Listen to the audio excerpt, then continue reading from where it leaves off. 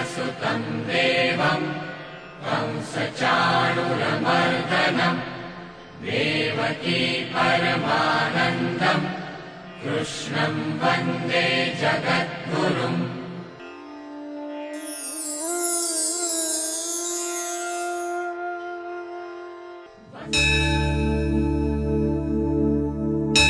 निगमकल्पतरोर्गलिलं फलं सुखमुखात् अमृतद्रव संयुतं पिबत भागवतं रसमालयं मुहुरहो रसिका भुवि भावुकाः.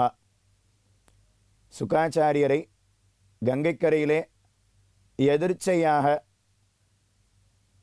பரீட்சித்து தானும் சந்தித்தான். தனக்கு 7 நாட்கள் இருக்கின்றன. இந்த 7 நாட்களுக்குள்ளே நான் என்ன காரியத்தை செய்தால் எனக்கு முக்தி கிட்டுமோ அதை அடியனுக்கு தேவரீர் உபதேசம் செய்ய வேணும் என்று சுகாச்சாரியரிடத்திலே பரீட்சித்து தானும் வேண்டுகிறான். யத் ஸ்ரோதவ்யம் அதோ ஜப்யம் யத் கர்த்தவ்யம் நிர்பிப்ரபோ ஸ்மர்த்தவ்யம் பஜனீயம் வா ப்ரூஹி யத்வா விபர்யம். ஆச்சாரியரே, மனிதன் எதை கேட்க வேணும், எதை ஜபம் செய்ய வேணும், என்ன செயலை தான் செய்ய வேணும், எதை நினைக்க வேணும், எதை பஜனம் செய்ய வேணும், இதற்கு மாறாக எதை நினைக்கவோ கேட்கவோ ஜபிக்கவோ கூடாது என்பதையும் இவ்வடியவனுக்கு எடுத்துரைக்க வேண்டும். சாதுக்களை நினைத்தாலே அவர்கள் அப்பொழுதே புனிதமாகி விடுகிறார்கள். அவர்களுடைய உடைமைகளான நிலம், கிரகம் இவைகளும் அப்பொழுதே பரிசுத்தமாகி விடுகின்றன. அப்படிப்பட்ட சாதுவான உம்மை நான் நேரே கண்டிருக்கிறேன். உம்முடைய கண் நோக்கத்தை என் பேரிலே செலுத்த வேணும். உம்முடைய திருவடிகளிலே ஜலம் விட்டு அலம்பி அந்த ஜலத்தை என்னுடைய தலையிலே நான் புரோக்ஷித்து கொள்ளப் போகிறேன். தேவரீர் உபதேசத்தாலே அடியனுக்கு முக்தியை தந்தருள வேணும் என்று சுகாச்சாரியரிடத்திலே பரீட்சித்து வேண்டினான். சிந்தாமணி என்பது நாம் எதை கேட்டாலும் கொடுக்கும். ஆனால் அதிகபட்சமாக இந்த உலகத்தில் எதை கேட்டாலும் கொடுக்கும். இவ்வுலகத்திலே சிறந்த பயன்களை அது கொடுக்குமே தவிர மற்றொன்றை கொடுக்காது. சொர்க்கலோகத்துக்கு சென்றால் கல்பக தரு என்று ஒரு கல்பக விருட்சம் இருக்கிறது. அதனிடத்தில் எதை கேட்டாலும் கொடுக்கும். ஆனால் அது மிஞ்சி போனால் எதை அதிகமாக கொடுக்கும் தெரியுமா? சொர்க்கத்தை கொடுக்கலாம். அதுக்கு மேலே அதால் கொடுக்க முடியாது. ஆனால் சாதுக்களுடைய தரிசனம், அவர்களுடைய உபதேசம் நமக்கு முக்தியையே கொடுத்துவிடும். அப்படிப்பட்ட சாதுக்களில் சிறந்தவரான சுகாச்சாரியரே, எந்த காரியத்தை செய்தால் எனக்கு முக்தி கிட்டுமோ அதை அடியனுக்கு சொல்ல வேணும். அடியனுக்கு இருப்பதோ 7 நாட்கள். இந்த 7 நாட்களுக்குள்ளே ஏதாவது ஒரு காரியத்தை செய்து பகவானுடைய திருவடியை அடைய முடியுமா? அதை எனக்கு எடுத்துரைக்க வேண்டும். சுகாச்சாரியரிடத்தில் பரீட்சித்து வேண்டினான். சுகாச்சாரியர் பதில் தெரிவிக்கிறார். கவலை வேண்டாம் பரீட்சித்து, நீ கேட்ட கேள்வி சரியே. எந்த கேள்வி கேட்டாயோ அது உலகத்தில் இருக்கக்கூடிய அனைவருக்கும் நன்மையை கொடுக்கும். நீ கேட்ட கேள்வியினால உனக்கு மட்டும் நன்மை என்பது கிடையாது. உலகத்தில் இருக்கக்கூடிய அனைவருக்கும் நன்மையை தரக்கூடியது. முக்திக்கு அதுவே வழி. இந்த பூலோகத்தில் இருக்கக்கூடிய மனிதன் தன்னுடைய உடலிலேயும் வீடிலேயும் மனைவியினிடத்திலேயும் மக்களிடத்திலேயும் அதீத பற்றை வைத்து அது காரணமாகவே ஆத்ம நாசத்தை அடைகிறான். நித்ரையா ஹ்ரியதே நக்தம் திவாச்சார் தேகயா. நித்ரையா ஹ்ரியதே நக்தம். இரவு பொழுதிலே அவன் உறங்கி தன்னுடைய ஆயுளை போக்கி விடுகிறான். இரவு பொழுதிலே இன்பம் நுகர்ந்து தன்னுடைய ஆயுளை போக்கி விடுகிறான். பகல் பொழுதிலே பணத்தை சம்பாதிக்க வேணும், பொருள் ஈட்ட வேணும் என்று தன்னுடைய உயர்ந்ததான சிறந்ததான அந்த காலத்தை அவன் போக்கி விடுகிறான். ஆனால் உலகத்தில் இருப்பவர்கள் பகவானுடைய திருநாமத்தை வாயார பாட வேண்டும். அவனுடைய திருநாமத்தை வாயார பாட வேண்டும், செவியார பருக வேணும், மனதார நினைக்க வேணும். பகவானை அவனுடைய திருக்குணங்களை காதாலே கேட்டு வாயாலே சொல்லி அவனுக்கு தொண்டு புரிவதே இந்த மனித வாழ்க்கை எடுத்ததனுடைய பிரயோஜனம். பகவான் நமக்கு இந்த உடலை கொடுத்தது எதற்காக? பகவானுக்கே திரும்ப அதை சமர்ப்பிக்க வேணும் என்பதற்காக. விசித்ரா தேக சம்பத்தி ஈஸ்வராய நிவேதிதும் பூர்வமேவ கிருதா பிரம்மன் ஹஸ்தபாதாதி சம்யுதா. விசித்ரா தேக சம்பத்தி, இந்த உடல் கொடுத்தது பகவானுக்கு அதை திரும்ப செலுத்த வேணும் என்பதற்காக. கண் கொடுத்தது பகவானை பார்க்க வேணும் என்பதற்காக. வாய் கொடுத்தது பகவானை புகழ வேணும் என்பதற்காக. கை கொடுத்தது பகவானுடைய திருவடிகளிலே புஷ்பத்தை சமர்ப்பிக்க வேணும் என்பதற்காக. நமக்கு காலை கொடுத்திருக்கிறானே, எதற்காக? அவனுடைய திவ்ய தேசங்களை நோக்கி நாம் நடந்து செல்ல வேணும். அதற்காகத்தான் இந்த உடலை கொடுத்திருக்கிறான். பாகவதத்தில் சுகாச்சாரியர் ஆச்சரியமாக தொடங்குகிறார். ந ஸ்ருண்வதா நரஸ்ய கர்ணபுட்டே பிலே. பகவானுடைய பெருமைகளை எந்த காது கேட்கவில்லையோ அது காது இல்லையா, காது காது.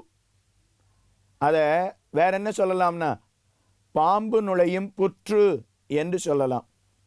பாம்பு புற்று, அதுலேயும் துவாரம் இருக்கும், நம்முடைய காதிலேயும் துவாரம் இருக்கிறது. ரெண்டுத்துக்கும் என்ன வித்தியாசம்? அதுவும் பகவானுடைய பெருமைகளை கேட்காது, நாமும் பகவானுடைய பெருமைகளை கேட்காமல் போனோமேயானால் அந்த பாம்பு புற்றுக்கு சமமாக ஆகிவிடுகிறது. இறைவனது சரித்திரத்தை எந்த நாக்கானது கானம் செய்யவில்லையோ அந்த நாக்கு பயனற்றது.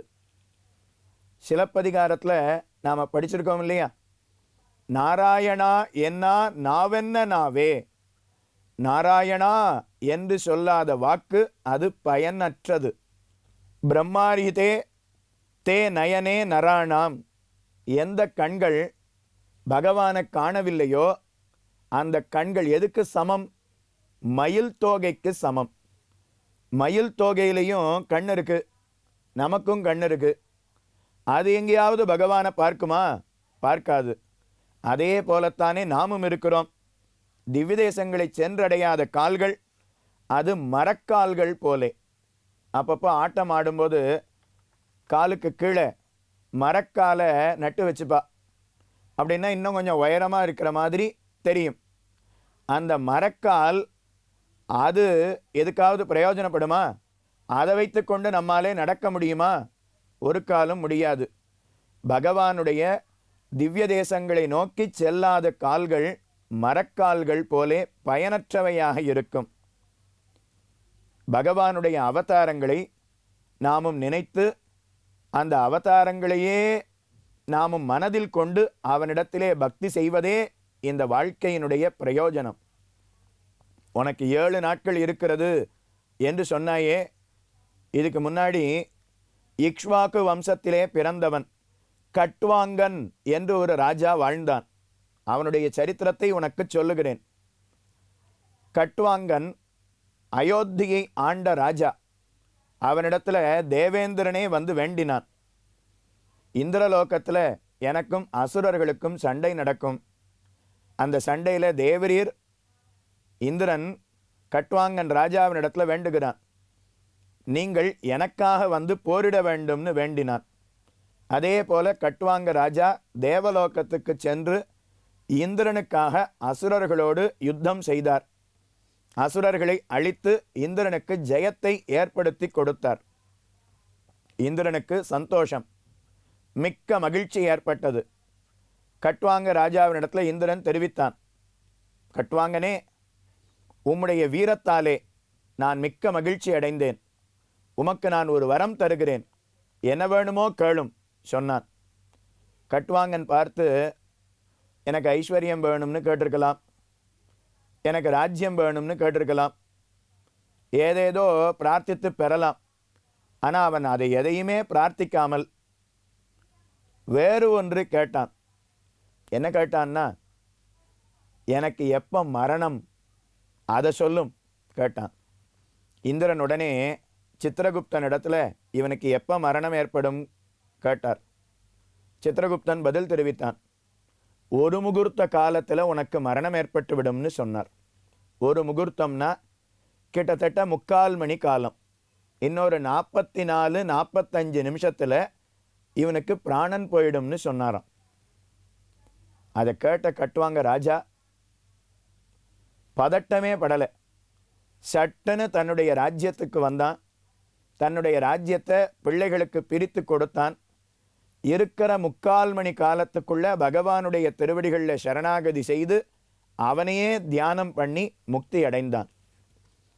3/4 மணி காலத்துக்குள்ளேயே ஒருத்தரால் முக்தி அடைய முடியும்னா உனக்கு 7 நாட்கள் இருக்கிறதே பரீட்சித்து, கவலை வேண்டாம். கண்ணனுடைய அவதாரங்களை உனக்கு நான் சொல்லுகிறேன். தன்னால் படைக்கப்பட்ட இந்த உலகத்தில் இருக்கக்கூடியவர்களை காப்பதற்காகவே எம்பெருமான் எத்தனையோ அவதாரங்களை செய்தான். சாதுக்களை ரட்சிக்க வேணும் என்பதற்காக, நல்லோர்களை காக்க வேணும், தீயோர்களை அழிக்க வேணும், தர்மத்தை நிலைநாட்ட வேணும் என்பதற்காக கண்ணனெம்பெருமான் அவதாரம் பண்ணினான். பரித்ராணாய சாதூனாம் விநாசாய ச துஷ்கிருதாம் தர்ம சம்ஸ்தாபனார்த்தாய சம்பவாமி யுகே யுகே. தான் படைத்த உலகத்தில் இருக்கக்கூடிய நல்லோரை காக்க வேணும், தீயோரை அழிக்க வேணும், தர்மத்தை நிலைநாட்ட வேணும் என்பதற்காக கிருஷ்ணன் அவதாரம் பண்ணினான். அதில் எனக்கு தெரிந்த ஒரு 25 அவதாரங்களை உனக்கு நான் எடுத்துரைக்கிறேன் என்று சுகாச்சாரியர் தொடங்குகிறார். 25 அவதாரங்கள் என்ன, அதை சுருக்கமாக சொல்லிடுறேன். அதுக்கப்புறம் ஓரொரு அவதாரத்தையும் நாமும் விரிவாக பார்க்கலாம். வராக அவதாரம், யக்ஞ புருஷனாக எம்பெருமான் அவதாரம் செய்தான். அடுத்து கபிலாச்சாரியராக பகவான் அவதரித்தான். அத்ரியினுடைய பிள்ளையாக தத்தாத்ரேயராக பகவான் அவதரித்தான். நரநாராயண ரூபியாக பகவான் அவதரித்தான். இது பகவானுடைய 5வது அவதாரம். அடுத்து துருவனாக, பகவானே 5 வயது பிள்ளை துருவனாக அவதரித்தான். பிருது என்கிற ராஜாவாக பிறந்து பூமிக்கு நிறைய நன்மைகளை செய்தான். ரிஷபர் என்கிற ரிஷியாக அவதரித்து தர்மத்தை வளர்த்தான் பகவான். ரிஷபதேவனாக ஹயக்ரீவ பெருமாளாக எம்பெருமான் அவதரித்து பிரமனுக்கு குதிரை முகத்திலே இருந்து வேதத்தை உபதேசம் பண்ணினான். பல பல அசுரர்களை கொன்று ஒழித்து பூமியினுடைய பாரத்தை போக்கினான். எம்பெருமான் மத்ஸ்யாவதாரம் செய்தான், வேதத்தை ரட்சித்து கொடுத்தான். கூர்மாவதாரம் செய்து தேவர்கள் அனைவரும் திருப்பார்கடலை கடைந்து அமிர்தம் பெறுவதற்கு உதவி புரிந்தான். சிங்கப் பெருமாள் நரசிங்கப் பெருமாளாக திருவவதாரம் செய்து பிரகல்லாதன் என்கிற சிறந்த பக்தனை ரட்சித்தான். அடியார்கள் கூப்பிட்ட குரலுக்கு ஓடி வருவன் பகவான் என்பதை பிரகல்லாதனிடத்திலே நிரூபித்து காட்டினான். ஹரியாக கஜேந்திரன் என்கிற யானைக்கு அருள் செய்தான் பகவான். அந்த அவதாரத்துக்கு ஹரி அவதாரம் என்று பெயர். ஹரியாக பகவான் அவதரித்தான். வாமனமூர்த்தியாக அவதாரம் செய்தான். மகாபலியினுடைய யஜ்ஞவாடத்திற்கு சிறு பிள்ளையினுடைய உருவத்தை எடுத்துக்கொண்டு, கட்டை விரல் அளவில் உருவத்தை எடுத்துக்கொண்டு மகாபலியினுடைய யஜ்ஞவாடத்திற்கு சென்று தானம் வாங்கி 3 லோகங்களையும் தாவி அளந்தான் பகவான். ஹம்சரூபியாக அவதாரம் செய்தான். ஹம்சம்னா அன்னப்பறவை. அன்னப்பறவையினுடைய உருவில் பகவான் அவதரித்து பிரமனுக்கு வேதத்தை உபதேசம் செய்தான். மனுவாக அவதரித்து நம் போன்றவர்கள் அனைவரும் எப்படி வாழ வேண்டும் என்பதை எடுத்துரைத்தார். தன்வந்திரி பகவானாக திருப்பார்கடலை கடையும் பொழுது தன்வந்திரி பகவானாக அவதாரம் செய்து உலகத்தில் இருக்கக்கூடிய அனைவருக்கும் மருந்தை கொடுத்தான். தேவர்களுக்கு அமிர்தத்தை கொடுத்து ரட்சித்தான். பரசுராமனாக அவதரித்து ராஜாக்களுக்கு அகங்காரம் ஒரு காலம் கூடாது என்பதை நிலைநாட்டினார். ராமாவதாரம் செய்து நம் போன்றவர்கள் எப்படி வாழ வேண்டும் என்பதை தானே வாழ்ந்து காட்டினான் பகவான். பலராம அவதாரம் செய்தான்.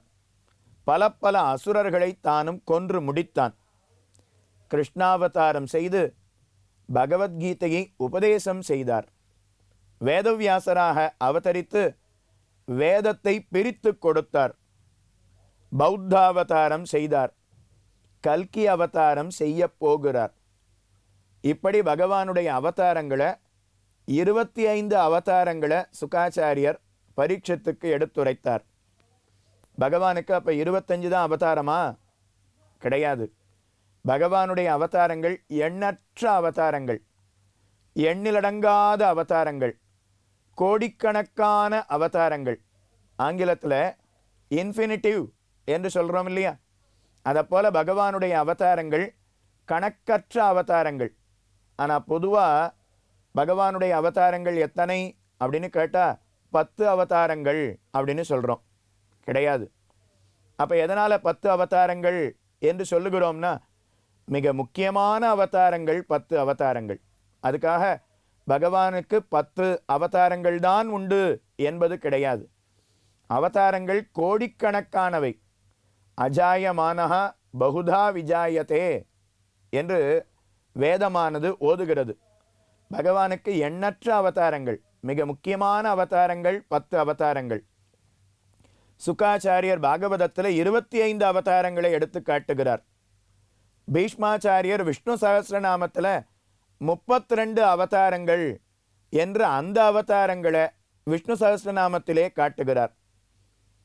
நாராயண பரா வேதாக தேவா நாராயண அங்கஜாக நாராயண பரா லோகாக நாராயண பரா மகாக நாராயண பரோ யோகோ நாராயண பரம் தபஹ நாராயண பரம் ஞானம் நாராயண பரா கதிகி. வேதங்கள் அத்தனையும் ஸ்ரீமன் நாராயணனையே காரணமாக கொண்டு பிறந்திருக்கக்கூடியது. அதுதான் நாராயண பரா வேதாக. தேவா நாராயண அங்கஜாக. தேவர்கள் அத்தனை பேரும் பகவானுடைய திருமேனியில இருந்து தானும் பிறந்தார்கள். நாராயணாத்து பிரம்மா ஜாயத்தே, நாராயணாத்து ருத்ரோ ஜாயத்தே, நாராயணாத்து இந்திரோ ஜாயத்தே என்று உபனிஷத்து ஓதுகிறது. நாராயண பரா லோகா, நாராயண பரா மகாக. வேள்விகள் அனைத்துமே பகவானுடைய பிரீத்தியை ஏற்படுத்துவதற்காகவே வேள்விகள் அனைத்தும் உண்டானது. நாராயண பரோ யோகோ, அஷ்டாங்க யோகம் அப்படின்னு சொல்கிறோமே, அந்த அஷ்டாங்க யோகம் நாராயணனுடைய திருவடியை அடைவதற்கு சாதனங்கள். நாராயண பரம் தபஹ, தவங்கள். நாம் தவம் புரிகிறோமே, அது அத்தனையும் பகவானிடத்திலே நம்மை அழைத்து செல்லுவதற்கு காரணமாகிறது. நாராயண பரம் ஞானம், நமக்கு இருக்கக்கூடிய அறிவு. அறிவினுடைய பிரயோஜனம் என்ன? நாராயணனுடைய அவதாரங்களை அறிந்து கொள்ள வேணும். அவனுடைய குணங்களை, அவனுடைய பெருமைகளை தெரிந்து கொள்ள வேணும். அதுதான் அறிவு கொடுத்ததற்கு பிரயோஜனம். நாராயண பரா கதிகி. இந்த உலகத்தில் இருக்கக்கூடிய அனைத்தும் படைக்கப்படுவது, காக்கப்படுவது, அழிக்கப்படுவது அனைத்தும் அவனுடைய சங்கல்பத்தினாலேயே நடைபெறுகிறது. அந்த நாராயணனுடைய சரித்திரத்தை அறிவதே முக்திக்கு சாதனம் என்று சுகாச்சாரியர் பரீட்சத்துக்கு எடுத்துரைக்கிறார். அந்த சரித்திரம் என்ன என்பதை மேலும் அனுபவிக்கலாம்.